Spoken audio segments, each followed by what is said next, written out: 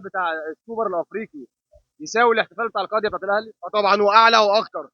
انا كزملكاوي راضي كده. هم قالوا الكره انتهت بينا يوم 2020، لا انا اقول لهم الكره انتهت بينا دلوقتي.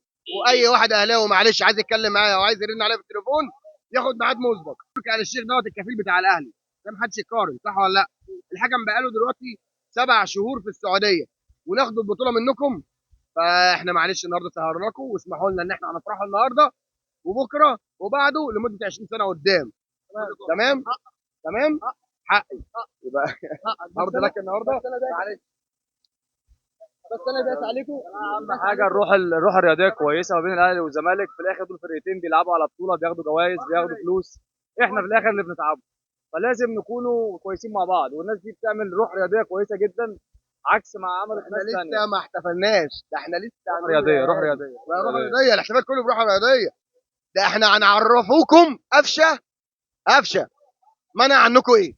99% و9 من 10 99% و9 من 10 جماهير الاهلي 2010 2015 بمؤاخذه مع احترامي الناس الكبيره المحترمه بطلوا يشجعوا كوره.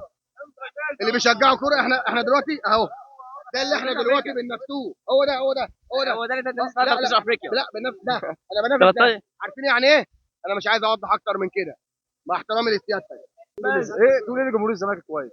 جمهور الزمالك النهارده، بص انا بكره الاهلي والزمالك الكوره العامه وما بشجعش الدوري المصري. اسمع مني، انا راجل اوروبي. بتاع الاهلي كان اسمه القضيه ممكن هنسمي السوبر ده بتاع الزمالك ده نسموه ايه؟ بتاع ده؟ لا ده هو الكتله ممكن. القطه خليل الكتله ايه واحده بس. الكتله ممكن. احنا بص احنا عندنا القضيه ممكن برضو بتاعت يحيى الدرع في اليد.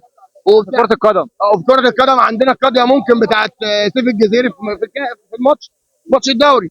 احنا عندنا القضيات، انما احنا ممكن الماتش دوت نديله اسم حلو كده جميل يليق بيه. سوبر شوال الرز. تحفه. اسم تاني لا هم عيشونا من 2020. ده احنا كل يوم كنا يوم الجمعه دوت نحاولوا نناموا بيفكرونا الجمعه. ايه يا عم في ايه؟ قضيه ممكن خلاص. ناصر منسي والقضيه ممكن.